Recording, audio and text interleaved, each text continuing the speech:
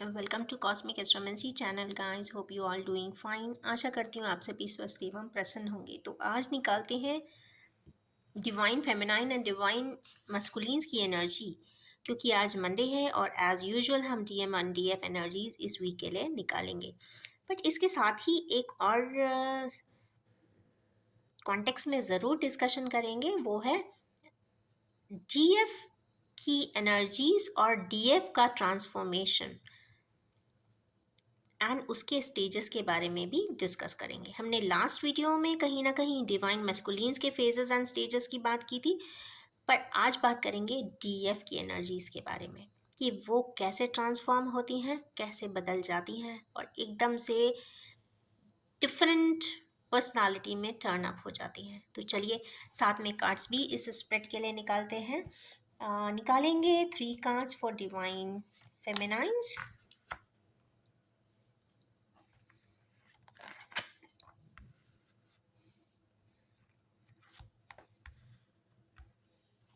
and divine masculines.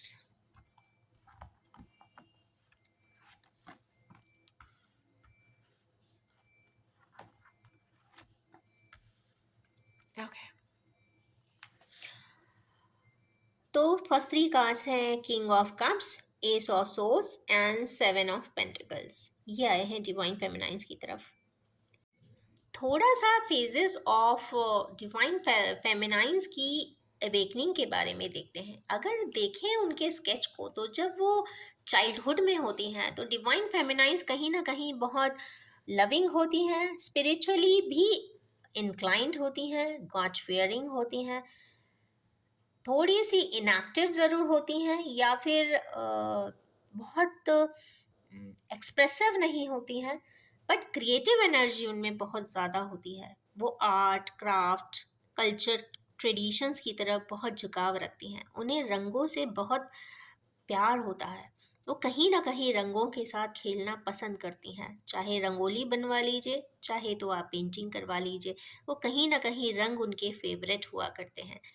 तो favourite colours के साथ वो अपनी ज़िंदगी जीती हैं। कुछ ऐसे सिनारियोज होते हैं जो उन्हें थोड़ा सा इंट्रोवर्ट भी बना के रखते हैं, पर उनको कहीं ना कहीं ऐसे फेज में एक मिसिंग फैक्टर ज़रूर लगता है। कुछ ना कुछ लाइफ में एक मिसिंग फीचर ज़रूर एहसास करती हैं अपनी लाइफ में।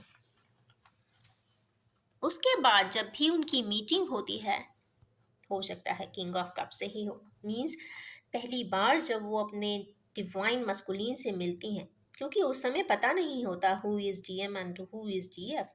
बट हाँ, जैसे जब पहली बार मुलाकात होती है तो कहीं ना कहीं उन्हें लगता है कि कुछ मिसिंग पार्ट था, वो आज मिला है। कोई एक ट्रांसफॉर्म्ड अफेक्शन के साथ उनको एक एहसास होता है कि कुछ डिफरेंट कनेक्शन है, कुछ अच्छा रिलेशन है और वो बहुत उन्हें प्यारा भी लगता है। कहीं ना कहीं वो उस अफेक्शन के साथ आगे बढ़ती हैं, वो अपने लव को भी एक्सप्रेस करती हैं, वो उस लव को सेलिब्रेट भी करना चाहती हैं। उसका जो अप्रोच होता है वो काफ़ी पायस होता है, प्योर होता है, सैक्रेड भी होता है। वो ओवर एक्सप्रेसिव भी होने लग जाती हैं और उसके बावजूद भी जब उनको रेसिप्रोकेशन नहीं मिलता है तो वो ओवर एक्सप्रेसिव भी होती हैं और कई बार डिस्टॉर्टेड एक्सप्रेशंस में भी आ जाती हैं, क्योंकि डिवाइन मस्कुलिन्स को वो तब तक ये ओवर एक्सप्रेशंस सैचुरेशन देते हैं, ऑब्सेशन लगते हैं। ऐसा लगता है कि it is an overly burden, कई बार बर्डन भी समझते हैं और कई बार वो टेकन फॉर ग्रांटेड भी समझते हैं, इग्नोर भी करते हैं, क्योंकि उन्हें सरप्लस में चीज़ें मिल रही होती हैं, सरप्लस में वाइब्रेशंस होते हैं, तो वो उससे बचना चाहते हैं, आगे की तरफ बढ़ जाना चाहते हैं, वो रुकना नहीं चाहते और इसी वजह से वो और डिस्टॉर्टेड हो जाती हैं और कहीं ना कहीं वो उनका ओवर गिविंग नेचर, को डिपेंडेंसी ऑन मस्कुलिन्स, कहीं ना कहीं डिवाइन मस्कुलिन्स को ये सोचने पे मजबूर कर देते हैं कि ये तो मेरी प्रिवेसी को ब्रीच कर रही हैं, या फिर अनएक्सेप्ट कर देते हैं टोटली इग्नोर कर देते हैं, डिस्पॉन्डेंसी भी मेंटेन करते हैं, एंगर इश्यूज तो एकदम हाइट पे आ जाते हैं, साथ में हेट्रेट का लेवल भी बढ़ता है, और अल्टीमेटली वो ट्रिगर भी कर देते हैं क्योंकि वो रिस्पॉन्ड नहीं कर रहे होते हैं। वो किसी भी प्रकार से रिस्पॉन्ड इसलिए नहीं करते हैं क्योंकि रनर एंड चेजर की कैरेक्टर में होते हैं। एक रन कर रहा होता है तो एक चेज कर रहा होता है, क्योंकि सबसे बड़ा जो ट्विन फ्लेम की एनर्जी में, एक लाइफ की जर्नी में एक कैरेक्टर्स होते हैं वो रनर एंड चेजर की। तो यस, डिवाइन मस्कुलिन्स इस फेज में हमेशा रन कर रहे होते हैं और डिवाइन फेमिनाइंस चेज कर रही होती हैं, क्योंकि दोनों को ही अपने अपने कुछ पार्ट लर्न करने होते हैं इस समय पे। और अल्टीमेटली डिवाइन मस्कुलिन्स उन्हें डार्क नाइट ऑफ सोल भी दिखा देते हैं एक दिन। बट जिस दिन वो ऐसा आता है उसके बाद वो एक्यूट डिप्रेशन में जाती हैं। And in the mean time उनके ऊपर कुछ जवाबदारियों का सिलसिला भी कुछ इस प्रकार होता है कि सोसाइटल प्रेशर हों, फैमिलियल प्रेशर्स हों, सोशल ऑब्लिगेशंस हों, फिनेंशियल रिस्पॉन्सिबिलिटीज़ हों, वो सबको बेयर करती हैं, आगे की तरफ बढ़ती हैं, क्योंकि उनको वो रिस्पॉन्सिबिलिटी से बहुत कुछ सिखाया जाता है कि अपने आप से टूट जाने के बाद भी एक इंसान को चलना ही पड़ता है। अगर ब्रीथ है इंसान में, अगर इंसान सांस ले रहा है तो मीन्स जिंदा है, और जिंदा है तो उसको सब बेयर ही करना है, आगे की तरफ चलना ही है, रेस्पॉन्सिबिलिटी को उठाना ही है। तो उसके बाद वो कहीं ना कहीं डिवाइन को सरेंडर कर देती हैं। उन्हें ये समझ में आ जाता है कि इंसान एक जगह पे जाकर झुकना ही पड़ जाता है, क्योंकि हर चीज़ एक इंसान के हिसाब से कभी नहीं हो सकती। उनको बस इतना दुख रहता है कि वो जिसको सबसे ज़्यादा चाहती हैं उसको वो देख भी नहीं पाती हैं, इसका दुख उनको शायद ताउम्र रहता भी है।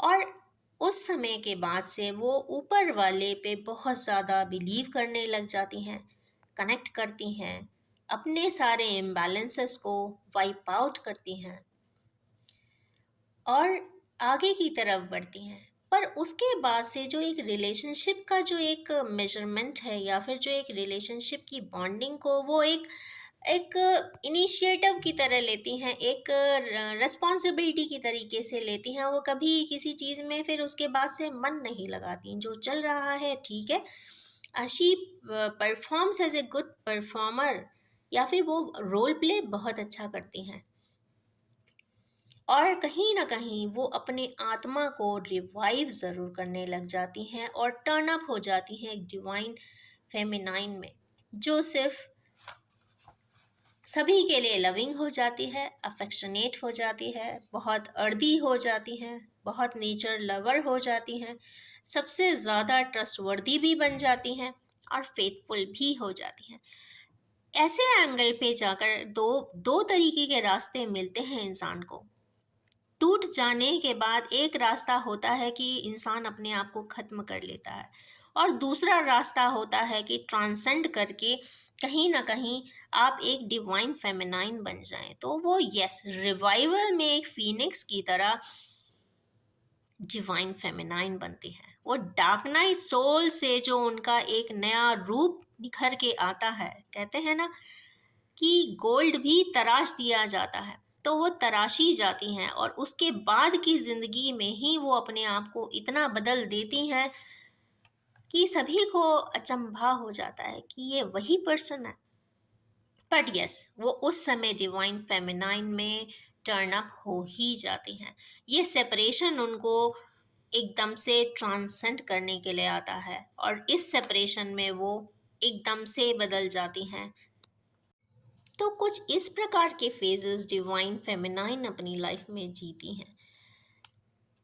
उसी प्रकार इसमें भी दिख रहा है कि पहले तो वो किंग ऑफ कप्स को बहुत इम्पोर्टेंस देती हैं, प्यार करती हैं, समर्पित हो जाती हैं। वो जितना मैक्सिमम दुनिया की सबसे ज़्यादा डिग्री पे जाकर उनको अफेक्शन देना चाहती हैं, कमिटेबल हो जाना चाहती हैं। पर डार्क नाइट ऑफ सोल के बाद वो एकदम से बदल जाती हैं। उनके सारे जो भी स्टेप्स होते हैं वो काफ़ी एस ऑफ सोर्ड की तरह होते हैं। जो भी है वो उसे चैलेंज की तरह लेती हैं, जस्ट अपना सारा काम कंप्लीट कर देती हैं, उसको एक टास्क की तरह लेती हैं। उसके बाद के हर रिश्ते उनके लिए सिर्फ एक टास्क होते हैं, डेली टास्क की तरह, टास्क 1, टास्क 2, टास्क 3, और टास्क के हिसाब से लाइफ लेते लेते वो काफ़ी चीज़ें गैदर भी कर लेती हैं। और एक समय के बाद ऐसा आ जाता है कि वो सोचने पे मजबूर हो जाती हैं कि अब इतना तो गैदर कर लिया, अब और क्या करना बाकी है। मीन्स हमारे किन्हीं व्यूअर्स जो ट्विन फ्लेम की जर्नी में है, कुछ इस स्टेटस में ज़रूर होंगे आज की डेट में, क्योंकि ये वीकली स्प्रेड है तो कहीं ना कहीं उन्होंने गैदर तो बहुत कुछ किया हुआ है। बट हाँ, उनके पास अगर उनके लिए अगर देखें तो शायद उनके अपने के लिए शायद उनके पास कुछ भी नहीं है। बट हाँ, उन्होंने सबके लिए सब कुछ किया ज़रूर होता है। ऑन द कॉन्ट्ररी, देखते हैं डिवाइन मस्कुलिन्स की एनर्जी इस वीक क्या कहती है। तो डिवाइन मस्कुलिन्स की एनर्जी फर्स्ट कार्ड जो बता रही है वो डेथ का बता रही है। यहाँ पे हमारे किन्हीं व्यूअर्स जो मस्कुल डिवाइन मस्कुलिन्स की एनर्जी स्केच में है, वो कहीं ना कहीं अपनी ज़िंदगी में कुछ चीज़ों से बदलाव लाते हुए दिखाई दे रहे हैं। जिस तरीके से वो पहले सोचते थे, जैसा उनका थॉट प्रोसेस था, उसको जस्ट रिवर्स करके वो बदल रहे हैं, अपने आप को चेंज कर दे रहे हैं। उनके सोच में काफ़ी तब्दीलियां भी आती हुई दिखाई दे रही हैं। ये क्योंकि स्कॉर्पियो की एनर्जी है तो ट्रांसफॉर्मेशन की है, तो यहाँ पे एक्सट्रीम ट्रांसफॉर्मेशन तो दिखाई देता है। तो हमारे के नहीं डिवाइन मस्कुलिन्स, हमारे जो बी व्यूअर्स डिवाइन मस्कुलिन की लाइफ स्केच में है, तो यस, इस वक्त तो वो ट्रांसफॉर्म होते हुए दिखाई दे रहे हैं। उसके बाद का जो नेक्स्ट स्टेप है वो है किंग ऑफ सोर्ड्स का। तो यहाँ पे किंग ऑफ सोर्ड्स जो है काफ़ी स्ट्रिक्ट है, काफ़ी प्रोएक्टिव है, काफ़ी रेस्पॉन्सिबिलिटीज़ लेकर चल रहे हैं और स्ट्रिक्ट प्रोटोकॉल के साथ हैं, इस तरीके से कुछ दिखाई देता है। और उसके बाद की जो एनर्जीज हैं वो 4 ऑफ पेंटिकल्स की है। तो यस, हमारे किन्हीं व्यूअर्स जो डिवाइन मस्कुलिन की एनर्जी में है, तो वो उनके पास जो भी है वो उसको वेल प्रोटेक्टेड रखना चाहते हैं। वो कोई भी अपने रिलेशनशिप हो या फिर बिजनेस हो या फिर प्रॉपर्टी हो, जो भी हो, वो अपने पास इंटैक्ट भी रखना चाहते हैं। तो अब निकालेंगे कुछ clarifying cards for divine feminines and divine मस्कुलिन्स।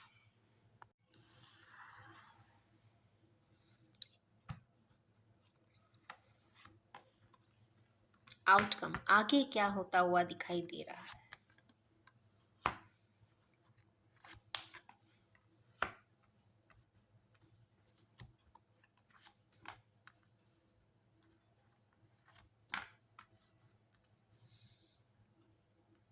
Emperor,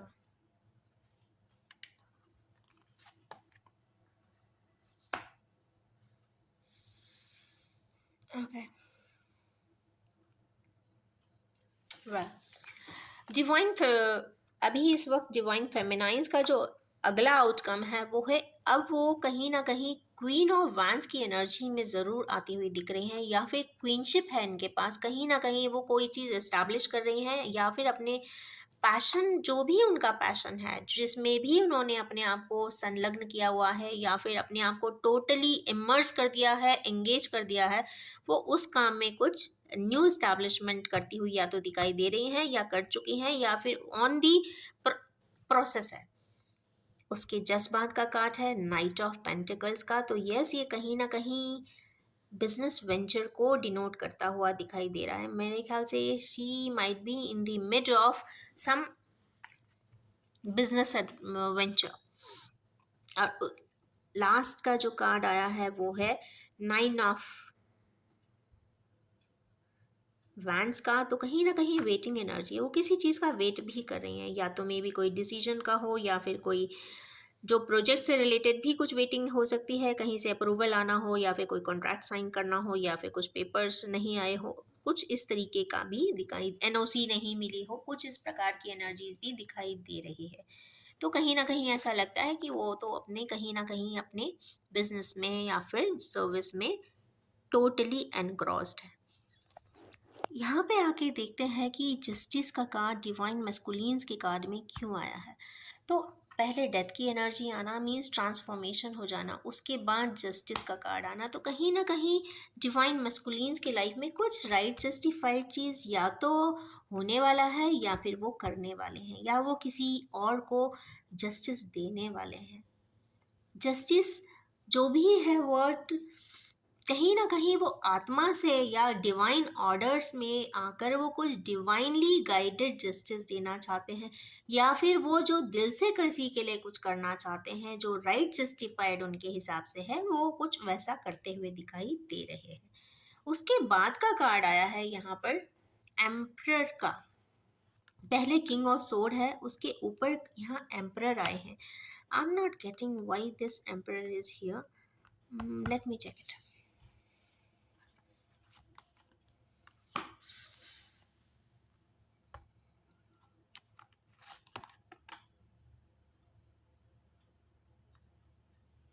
ये फैमिली एट्रीब्यूट्स क्यों आ रहे हैं, I am not getting it.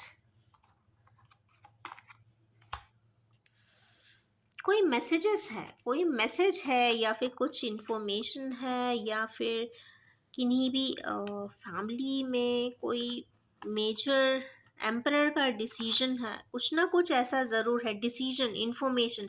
ये एम्परर ऐसा लगता है कि इस फोर्थ कमिंग वीक में जो इन डिवाइन मस्कुलिन्स से बड़े होंगे या फिर दादा होंगे या फिर पिता होंगे या फिर कोई एल्डरली पोजीशन में है, चूंकि एनर्जी है तो हो सकता है कोई लेडी भी हो सकती हैं, बट वहाँ पे वो फैमिली हेड होंगी। तो फैमिली हेड जो भी होंगे, क्योंकि यहाँ पे ऑलरेडी यहाँ पे किंग ऑफ सोर्ड्स का कार्ड आया है और उसके ऊपर यहाँ एम्परर का आया, इसका मतलब है कि इनके फादरली फिगर या फिर उनके हेड ऑफ द फैमिली से रिलेटेड कोई बात यहाँ पे ज़रूर होती हुई दिखाई दे रही है। तो ये यहाँ पे कुछ एक्टिव मोड में आते हुए दिखाई दे रहे हैं और कुछ ना कुछ वो स्टेप्स ज़रूर उठा रहे हैं।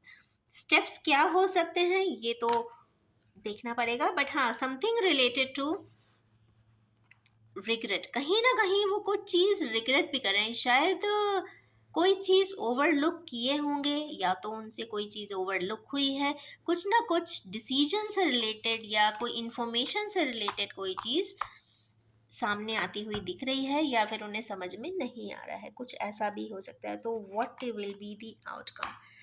इनिशिएटिव, पेज ऑफ पेंटिकल्स का कोई अच्छा इनिशिएटिव जो राइट जस्टिफाइड इनिशिएटिव है, वो अपने मन से अपने फैमिली के लिए वो लेना चाहते हैं, वो ऐसा करेक्शन करना चाहते हैं जो उन्हें लगता है कि उन्हें करना चाहिए। ओके, यहाँ पे जस्टिस का भी कार्ड है और यहाँ पे व्हील ऑफ फॉर्च्यून का कार्ड है, तो वो ऐसा कोई जस्टिस करना। ओके, यहाँ पे जो कार्ड आया है एम्परर के आगे पीछे दो ऐसे कार्ड्स हैं, एक है यहाँ पे जस्टिस का कार्ड और यहाँ पे है व्हील ऑफ फॉर्च्यून का कार्ड। तो ये यहाँ पे चूंकि वैंड, यहाँ पे इस तरीके का एक वैंड भी लिए हुए हैं, जस्टिस देने के लिए बैठे हैं, तो मीन्स इनका कोई डिसीजन ऑन होल्ड है। इनको शायद लाइफ में कोई एक डिसीजन ऊपर वाले की यहाँ से बचा हुआ है जो इन्हें करना है। तो ओके, तो जो एम्परर है या हेड ऑफ द फैमिली है वो कोई जस्टिफाइड एक्ट ज़रूर करेंगे, कुछ इंफॉर्मेशन दे सकते हैं, कुछ आगे लोगों को बता सकते हैं, आगे लोगों को कन्विंस कर सकते हैं, बता सकते हैं और व्हील ऑफ फॉर्च्यून लाइफ में ला सकते हैं। मींस जो ये जो नेगेटिव शेड के जो कार्ड्स हैं उसको काउंटर बैलेंस करने के लिए व्हील ऑफ फॉर्च्यून यहाँ पे आया है। मींस कर्मा की एनर्जी को टर्न अप कर सकते हैं। मीन्स कुछ ना कुछ इनके पास इतना विजडम ज़रूर है, इतनी जानकारियाँ ज़रूर हैं, इतना अच्छा वो जानते हैं, क्योंकि एम्परर हैं, एम्परर के पास बहुत विजडम होता है, बहुत अथॉरिटी भी होती है, बहुत पावर भी होती है। तो कहीं ना कहीं कुछ राइट जस्टिफाइड करने के लिए, लाइफ में एक फॉर्च्यून लाने के लिए अपनी फैमिली में वो कोई एक अच्छा बेहतर सा स्टेप उठाते हुए तो दिखाई दे रहे हैं। आज की एनर्जीज में ये बहुत क्लियरली आया है, तो इसका मतलब है कि डिवाइन मस्कुलिन की फैमिली इन्वॉल्वमेंट भी यहाँ पे दिखाई दे रहा है। Okay, so divine feminines are busy in their work, and divine masculines are somewhere uh, entangled with their family and family issues, जहाँ पे फैमिली का रोल भी यहाँ पे प्रोमिनेंट दिखाई दे रहा है। तो ये रही आज की कुछ एनर्जीज। चलिए निकालेंगे कुछ जेन कार्ड्स। आज सिर्फ 3 कार्ड ही निकालूंगी। Dream, beyond illusion, sorrow. Sorrow क्यों आया भाई? एक कार्ड निकालूंगी। I don't like this card at all. Politics.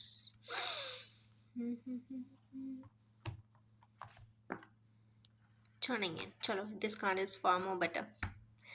Okay, तो आज के जो ये 5 कार्ड्स आए हैं कहीं ना कहीं सॉल्यूशंस के लिए हैं। तो यस, हमारे किन्हीं व्यूअर्स को अपने ड्रीम्स ड्रीम्स देखना बहुत अच्छी बात है, क्योंकि ड्रीम्स ही एक दिन डिज़ायर्स में कंप्लीट एकम्प्लिश होते हैं। तो यस, और ड्रीम करना एक लाइवलीनेस की भी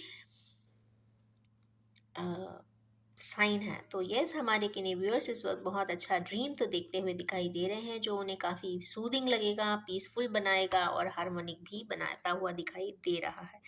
नेक्स्ट है बियॉन्ड डिल्यूशन। तो हमारे किन्हीं व्यूअर्स जो कहीं ना कहीं स्टक थे, जिनको क्लैरिटी नहीं थी, वो अपने किसी इनर वर्क के साथ कुछ इल्यूजन से निकलते हुए दिखाई दे रहे हैं। उनके पास जो कंफ्यूजिंग एट्रीब्यूट्स थे या कंफ्यूजिंग सिचुएशन एंड सिनेरियोज थे, उसमें कुछ क्लैरिटी आती हुई दिखाई दे रही है, और वो मेडिटेट करके निकाल रहे हैं। यहाँ पे कोई भी पर्सन का सपोर्ट नहीं है, तो ऐसा मुझे लगता है कि डिवाइन मस्कुलिन्स से रिलेटेड हो सकता है या डिवाइन फेमिनाइन से रिलेटेड हो सकता है। तो जो भी है, उनके पास इंफॉर्मेशन हो सकता है कंप्लीट ना हो, तो उन्हें ज़रूर मेडिटेट करने की ज़रूरत है। अपने सारे वाइब्रेशंस को हार्मोनाइज करने की ज़रूरत है, जिससे कि वो पीसफुल हो जाएं और आगे के सारे साइंस एंड सिंबल्स को समझकर वो आगे की तरफ बढ़ सकें। नेक्स्ट कार्ड आया है सोरो का। तो यहाँ पे हमारे किन्हीं व्यूअर्स सोरो में ज़रूर हैं। तो यह सोरो से निकलने के लिए बहुत ज़रूरत है कि अपने आप को एक्टिवेटेड रखें, हैप्पी गोइंग रखें, कलरफुल रखें एंड वाइब्रेशनल रखें। तो अगर सौरव बहुत ज़्यादा क्वांटिटी में इंसान के लाइफ में आ जाता है, तो सिर्फ नहीं कुछ समझ में आता, तो अपनी ब्रीदिंग पे ज़रूर ध्यान दें। Count your breaths, cycle 1, cycle 2, cycle 3। कहीं ना कहीं उसके रिदम को जैसे ही आप कंसंट्रेट करेंगे, 27 साइकिल्स ऑफ ब्रीदिंग मेंटेन करेंगे, तो ऑटोमेटिकली सोरो चला जाता है। तो ब्रीदिंग करने का भी एक अच्छा पर्टिकुलर प्रोसेस है, किसी अच्छे इंस्ट्रक्टर के निर्देशन में ही करें। और once you are getting into touch with, so definitely you can tap your own energies into happiness. Next है पॉलिटिक्स का कार्ड। तो यस, हमारे किन्हीं व्यूअर्स के साथ कुछ पॉलिटिक्स या तो पहले कभी हुई है या फिर होने की भी संभावना है। तो यस, इस बात का ध्यान रखें। अपने सारे जो आईज हैं ओपन करके रखें। और यस, कोई भी अगर बात कहता है, उसको एक बार में ना कहते हैं ना, ब्लाइंडली फॉलो ना करें। आप सुन सबकी लें, बट प्रोसेस खुद करें, एनालाइज खुद करें, और उसके बाद खुद ही उसको डिसीजन आप ही लें। किसी की कही कहाई बातों पर आग में आने के बाद कोई भी डिसीजन खुद ना लें, स्वयं ना लें। और उसके बाद का कार्ड है टर्निंग इन का। तो ऐसा तो कंफर्म हो जाता है कि हमारे किन्हीं व्यूअर्स को अंदर झांकने की ज़रूरत है, उन्हें अपने आप में झांकने की ज़रूरत है, उन्हें मेडिटेट करने की ज़रूरत है। कहीं ना कहीं मेडिटेशन, चूँकि 4 की एनर्जी आई है, और कल ही यहाँ पे 4 का पोर्टल भी एक्टिवेट होता हुआ दिखाई दे रहा है। शायद ये जब तक अपलोड करूँगी तो 4 तारीख आ ही जाएगी। और ये कहीं ना कहीं ट्विन फ्लेम्स के लिए एक बहुत अच्छा पोर्टल होता है, जो उन्हें स्टेबिलिटी देता है, क्लैरिटी देता है, स्टेबिलिटी देता है, यूनिफिकेशन भी देता है, और आगे के लिए रास्ता प्रशस्त भी करता है। तो yes, turning in is a best sign for this 4 portals for twin flames too. तो ये ब्यूटीफुल सी एनर्जीज के साथ मैं अपनी इस रीडिंग को यहीं एंड करना चाहूँगी और ये भी बताना चाहूँगी कि ये एक general collective timeless and gender free reading है। जब भी आपके सामने आएगी कुछ ना कुछ रेजोनेट ज़रूर करेगी। सभी से ये रेजोनेट नहीं कर सकती क्योंकि ये ट्विन फ्लेम की रीडिंग है और ट्विन फ्लेम्स बहुत रेयर होते हैं। ये रेयर इसलिए होते हैं क्योंकि ऐसा ही इन लोगों का सोल कॉन्ट्रैक्ट होता है। एक ही सोल दो में इक्वली डिवाइड होके दो अलग बॉडीज में री इनकारनेट होते हैं। इसीलिए इन दोनों में आपसी जो एफिनिटी होती है, एक अट्रैक्शन होता है या फिर इसको मैग्नेटिक पुल कह सकते हैं। तो मैग्नेटिक पुल इन लोगों में बहुत ज़्यादा होता है। No matter they think apart, ये ईस्ट एंड वेस्ट की तरीके से होते हैं, कहीं ना कहीं बहुत डिफरेंट होते हैं एक दूसरे के एट्रीब्यूट्स में, बट फिर भी इनका मैग्नेटिक पुल बहुत स्ट्रांग होता है क्योंकि ये एक ही आत्मा के दो इक्वल हाफ्स होते हैं। तो यस, ट्विन फ्लेम्स की जर्नी जो है वो काफ़ी ब्लिसफुल होती है एंड ब्लेसिंग से भरपूर भी होती है। देखा जाए तो ट्विन फ्लेम्स की जर्नी बहुत ही तकलीफ देह होती है। दोनों ही पार्ट्स कहीं ना कहीं बहुत तकलीफ झेलते हैं, झेलते नहीं हैं, उससे कुछ ना कुछ सीखते हैं। बट ये सीखने का जो प्रोसेस है, ट्रांसेंडेशन का जो प्रोसेस है, ट्रांसफॉर्मेशन का जो प्रोसेस है, वो इतना क्रिटिकल भी है कि लेते लेते लर्निंग्स ये वो ही बता सकते हैं अच्छे से कि उनको कैसा लगा, कैसा वो ट्रांसफॉर्म हुए। जो वो स्वयं उस जर्नी में होंगे तो ही वो बता सकेंगे। तो इस प्यारी सी रीडिंग को मैं यहीं एंड करना चाहूँगी। Wish you all have a most dreamy and a beautiful time ahead. Thank you so much.